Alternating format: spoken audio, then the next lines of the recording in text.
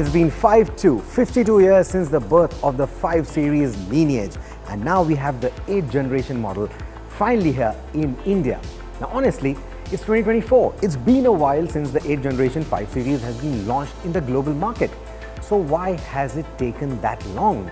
Well, for that, you need to move to the side and see just how big this car has become, because you see, this is now the 5 Series Long Wheelbase or LWB. That makes it the 3rd long wheelbase model from BMW India after the 7 Series and the 3 Series Gran Limousine.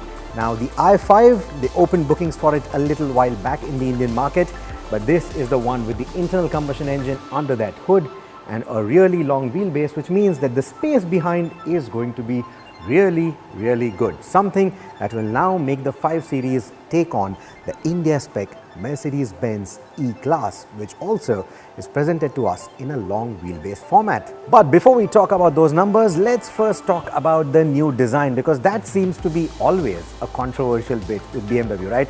Gladly, however, they have retained the traditional shape for the kidney grills somewhat, but it doesn't look as in your face as it did with the 7 Series or the i7. It's also got this contrasting effect on this particular car, and if you were to look at it closely, it's also got a transparent lining. That's essentially for the lighting. So if you want to bling it up a little bit, you want to illuminate that grille, you can do that. Now the other design bit that I really like, which I don't think is too bling but really sporty, is this little dimple that you get on the bonnet. This is where the BMW roundel sits. It will remind you of the BMW M3. So that, I think, is a very nice design detail.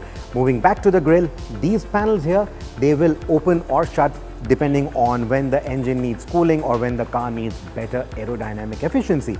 Speaking of which, the overall aerodynamic efficiency of the front end has improved by a big margin, and that's because of the new chiseled look that you see in the front.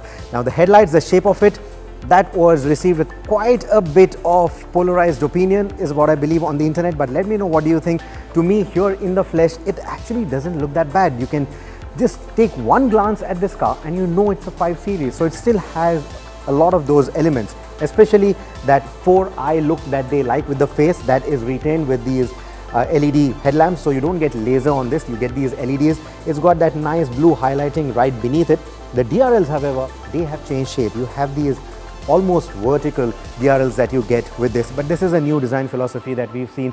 Everything starting from the X1 has this, right? So that has been carried forward even to the 5 Series. Moving lower down into the bumpers, you see further chiseled or sharp surfaces. Everything is nice and angular, and that shape of the bumper should again tell you it belongs to the 5 Series. So overall, I think the front end looks really good. Not a big fan of this color. It's got a slight bit of that pearlescent tinge to it, but I've seen the car in black and in white as well, and I think it just looks stunning in both those color combinations. How it looks in the typical range of BMW blues, that is something that I really want to see. Now when you move to the side, you again see that satin finish continuing here on the window line. You'll see that all around. All of that looks quite nice, but here on the wing mirror, I think it looks a bit much, especially with that little side camera.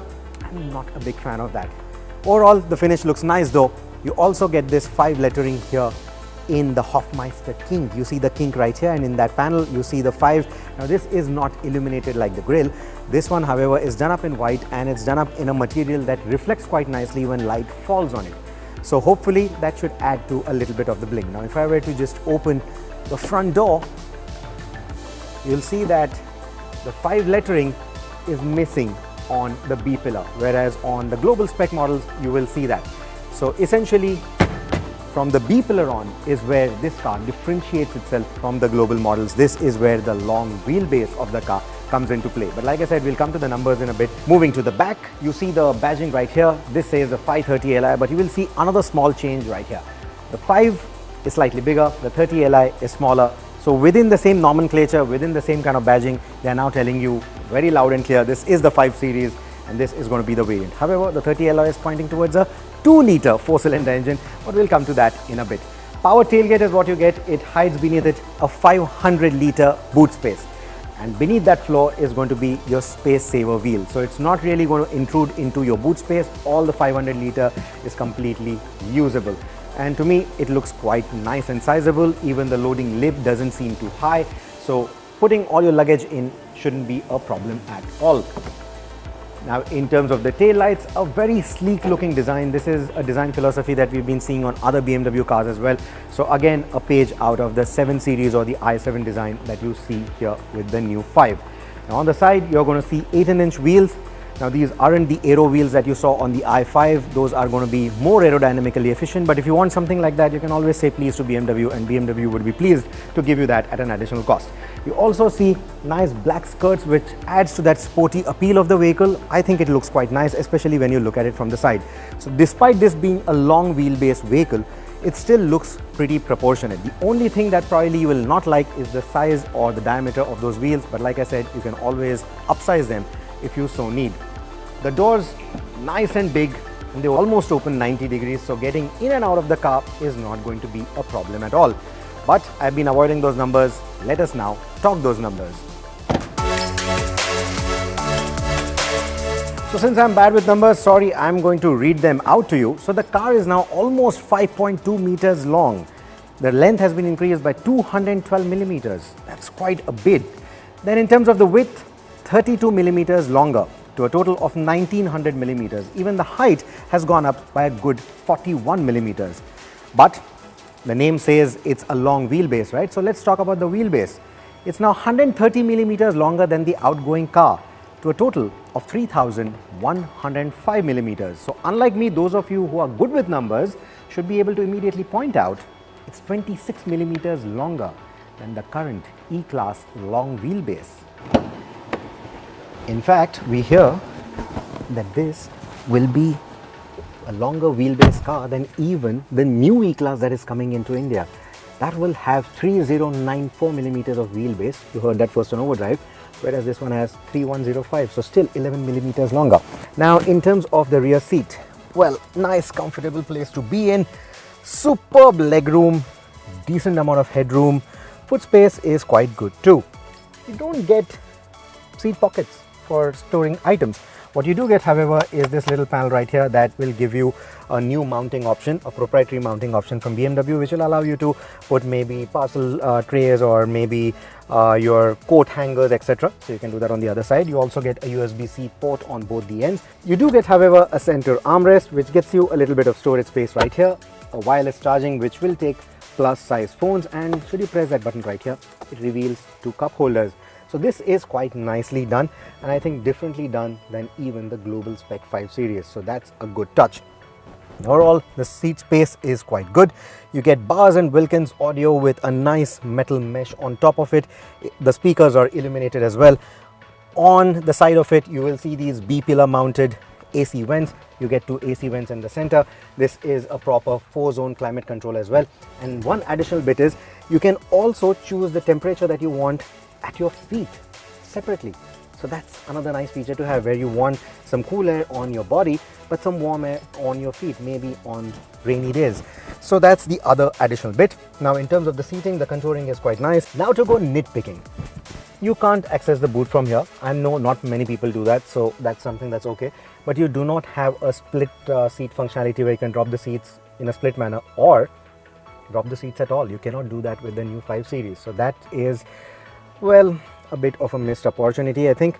Also, with the center armrest, you have to be mindful. You have to make sure that you close the cup holders back in, because if you don't, and if you just end up doing this, you might just break this unit. So you have to be mindful of that. And the reclining function of the seats has also been taken out. So it's not just the drop functionality, but even the recline functionality compared to the global one is taken out. They've used that additional space to give you better contouring so that you nicely sink into these seats, use these pillows, and be in the kind of comfort that you probably never expected with a 5 Series. Let me know your thoughts on all of this. Let's now talk about the front. The seat that usually matters the most on the 5, but this time, supposedly, it's not a driver's car. It's all about the rear seat, right? But the moment you get into the cabin, you realize ingress and egress is just as easy for a low riding sedan like this. And once you are inside, you also realize that the cabin is almost similar to what you've seen on the 7 Series or the i7 that was standing on the same showroom floors.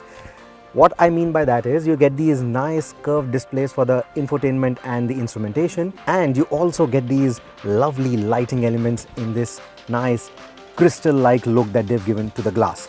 So most of this is interactive as well. What that means is that this will not only show you the ambient color that you've chosen for the lighting, it will also, for example, when you switch on the hazard lights, it will all glow red. When some of the ADAS functionality is at play and it wants to maybe grab your attention, again the lights are going to change color. So all these kind of things make the cabin feel a lot more interactive, a lot more welcoming, a lot more connected to the driver. Now in terms of the upholstery, you get this vegan leather or art leather, and BMW says this is the first time that the entire cabin is done up in the vegan leather. So if you are a vegan, well, you're going to be at peace in this cabin. Even the trimming on the steering wheel is all vegan leather, which I think is a very good thing for people who want to feel more responsible towards these kind of things. Now the crystal effect also continues on this rotary selector right here, or even the new gear selector. Again, very much like the 7 Series or the i7, and the ambient lighting continues into the front cup holders as well as this large pad that you see here. Now this is essentially going to be a wireless charging pad, but the wireless charging is going to happen only on one side, and that's the only side that is also cooled for the pad. Now in terms of more storage spaces, you get a small cubby hole right here. It's lit. You also get a 12-volt charging socket right here. You also get 2 USB-C ports at the front.